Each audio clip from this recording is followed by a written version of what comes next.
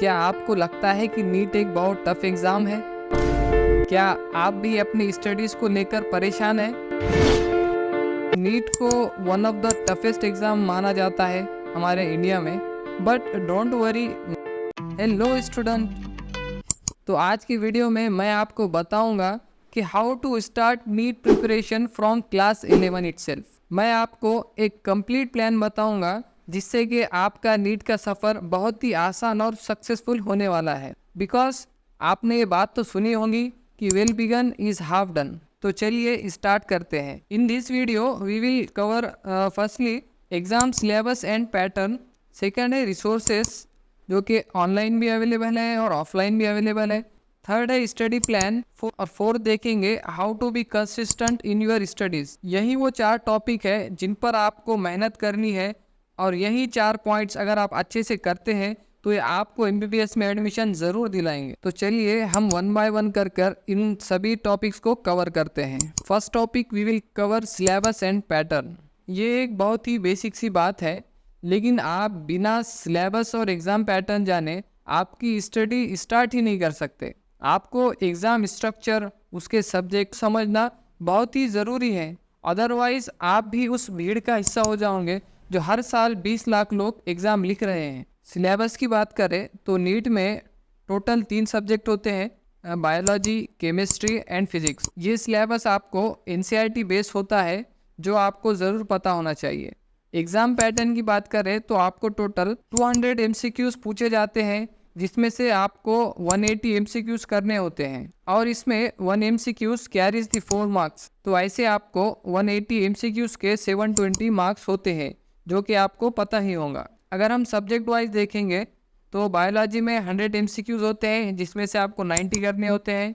Chemistry और physics में 50-50 MCQs होते हैं, जिसमें से आपको ईच सब्जेक्ट में 45 MCQs करने होते हैं। तो उम्मीद करता हूं कि आपको नीट का सिलेबस और पैटर्न समझ आ गया होगा। ये बेसिक सी बात थी, लेकिन आपके लिए नए स्टूडेंट्स को जानना ये बहुत ज़रूरी है। नेक्स्ट जो टॉपिक है वो है हमारा रिसोर्सेस। आपको सिलेबस तो पता चल गया, लेकिन आपको सिलेबस पढ़ना कहाँ से है ये भी पता होना आपको बहुत ज़रूरी है। अगर हम बुक्स देखें तो हमारे पास तीनों सब्जेक्ट की NCERTs होती है, जो कि हमारा मोस्ट इम्पॉर्टेंट सोर्स है। NCERT के अलावा बहुत सारा कंटेंट आपको ऑनलाइन और ऑफलाइन मिलेगा। अब आपको ऑनलाइन स्टडी करनी चाहिए या ऑफलाइन स्टडी करनी चाहिए, इसके लिए मैं ऑलरेडी एक वीडियो बना चुका हूँ, आप चैनल पर इसको जाकर देख सकते हैं। बट आपको उतने ही टॉपिक्स पढ़ना है जितने के NCERT में दिए हैं। अगर आप फाइनेंशियली स्टेबल है तो आप ऑफलाइन पढ़ाई कर सकते हैं, if not then you can start from YouTube itself.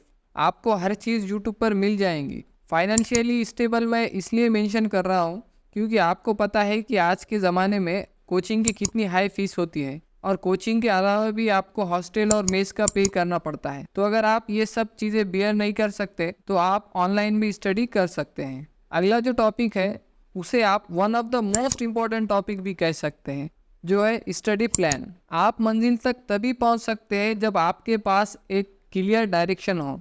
Study plan इसलिए भी ज़रूरी है ताकि आपकी प्रिपरेशन एक ऑर्गेनाइज वे में हो। अगर आपके पास एक स्टडी प्लान नहीं होगा तो आपको पता ही नहीं चलेगा कि पढ़ाई कैसी चल रही है, कौन कौन से सब्जेक्ट कवर हो रहे हैं, कौन से सब्जेक्ट नहीं हो रहे हैं। आपको अभी 11 से ही 2 साल का पूरा स्टडी प्लान बनाना है, ताकि आप टाइम पर सिलेबस अच्छे से कवर कर सको, आप अपना टाइम रिवीजन को दे सको, और एक अच्छी रैंक आपकी नीट में आ सके। स्टडी प्लान आपको खुद बनाना है, ये आपको कोई और बनाकर नहीं दे सकता।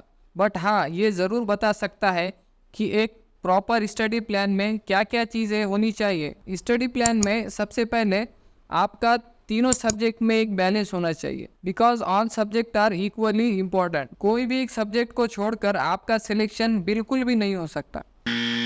नेक्स्ट जो चीज़ है जो आपकी स्टडी प्लान में ज़रूर होनी चाहिए कि आपका syllabus should be complete within the time limit.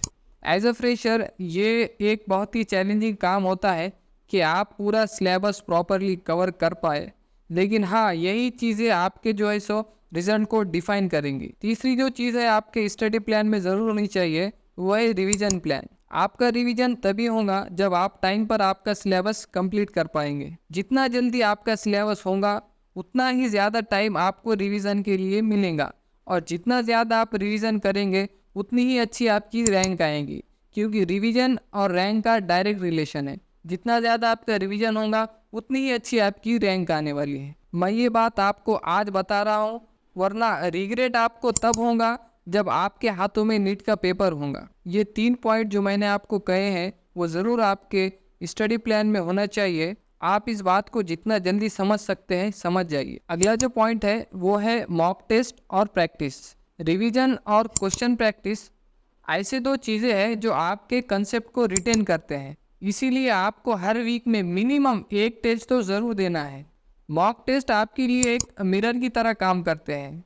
इससे आपको आपकी मिस्टेक के बारे में पता चलता है और इन मिस्टेक को सुधारने के लिए आपको एक टाइम भी मिलता है। साथ ही मॉक टेस्ट आपके जो वीक टॉपिक है उनको स्ट्रॉन्ग करने के लिए आपको एक चांस ज़रूर देता है। So don't forget to attend minimum 1 mock test in a week. Next जो टॉपिक है वो है how to be consistent in your studies throughout your journey. देखिए, consistency is the key to success. Loser और winner में जो difference होता है ना, वो सिर्फ कंसिस्टेंसी का होता है। आप अगर मॉडरेटली भी पढ़ाई करते हैं तो आपका सिलेक्शन ज़रूर हो जाएगा, अगर आप आपकी स्टडीज़ में कंसिस्टेंट हो। अब यहाँ पर क्वेश्चन उठता है कि अपने आप को कंसिस्टेंट कैसा बनाएं। देखिए, कंसिस्टेंसी को मेंटेन करने के लिए सबसे बड़ा जो फैक्टर होता है ना, वो है इंटरेस्ट इन द स्टडी। जितना ज़्यादा इंटरेस्ट आपका उस स्टडी में, उस सब्जेक्ट में होगा, उतना ही ज़्यादा आपकी कंसिस्टेंसी होगी।